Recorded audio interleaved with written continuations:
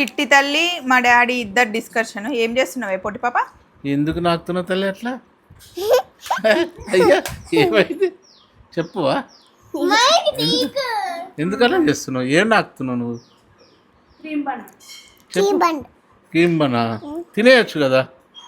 తినడానికి రాదు ఫ్రూట్స్ ఉంటాయా? ఫ్రూట్స్తో సహా తినేసేయాలి అట్లే. అది తింటే మరి పుల్ల ఉంటాయా చూద్దా ఒకసారి తిను. నువ్వు తినమ్మా, నాకు వద్దు తల్లి.